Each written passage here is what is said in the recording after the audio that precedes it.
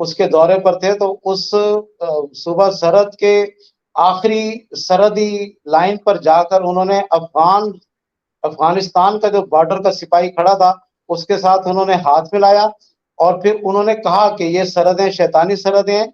और उस मौके पर उन्होंने जो बयान दिया, उन्होंने फरमाया कि पूरी दुनिया का मुसलमान बहैसियत मुसलमान पाकिस्तान का शहरी है।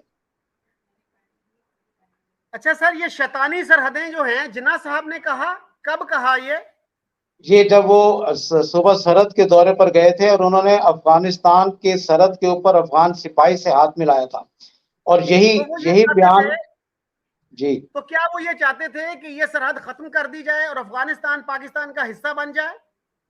1940 में जब 23 मार्च 1940 को जब करारदाद पेश हुई थी, तो उस जी वक्त भी वो करारदाद पाकिस्तान के फौरन बाद फलस्तीनियों के हक में करारदाद मंजूर की गई थी।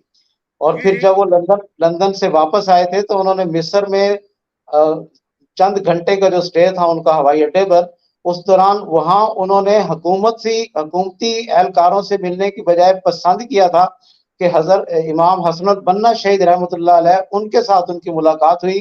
और वहां जो ये जो इख्वानुल मुस्लिमीन के कायदीन हैं उनके साथ उन्होंने उनके चाय के साथ वक्त गुजारा। और यानी वो कायद आजम और अल्लामा इकबाल सब ये चाहते थे कि एक हो मुस्लिम हरम की पासबानी के लिए नील के साहिल से लेकर ताबा खाके काश्तर।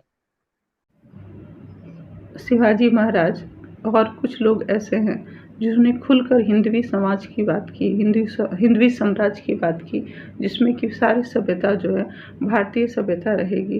कोई भी ऐसी परंपरा जो कि सभ्य समाज के लिए गलत हो, चाहे वो हिंदू समाज में ही क्यों ना हो, अगर और गैर हिंदू समाज में ही क्यों ना हो, उस पर खुलकर बात होगी और उसको बदलने की बात होगी। ये शिवाजी महाराज ने ऐसा सोचा और जो इसके खिलाफ जाते थे उसके खिलाफ वो युद्ध करते थे। लेकिन ऐसा आज के दौर में हमारे पास कोई भी हिंदू नेता नहीं है जो कि इतना खुल करके बोले कि हिंदू के लिए, दुनिया के सारे हिंदू के लिए हिंदुस्तान उनका घर है। जबकि देखिए यहूदी इजरायली भी ऐसा बोलते हैं और जिन्ना भी ऐसा बोलते हैं। इसके सबूत हो या ना हो, लेकिन ये बात स्थापित है मुसलमानों के बीच में, बहुत अच्छी बात है।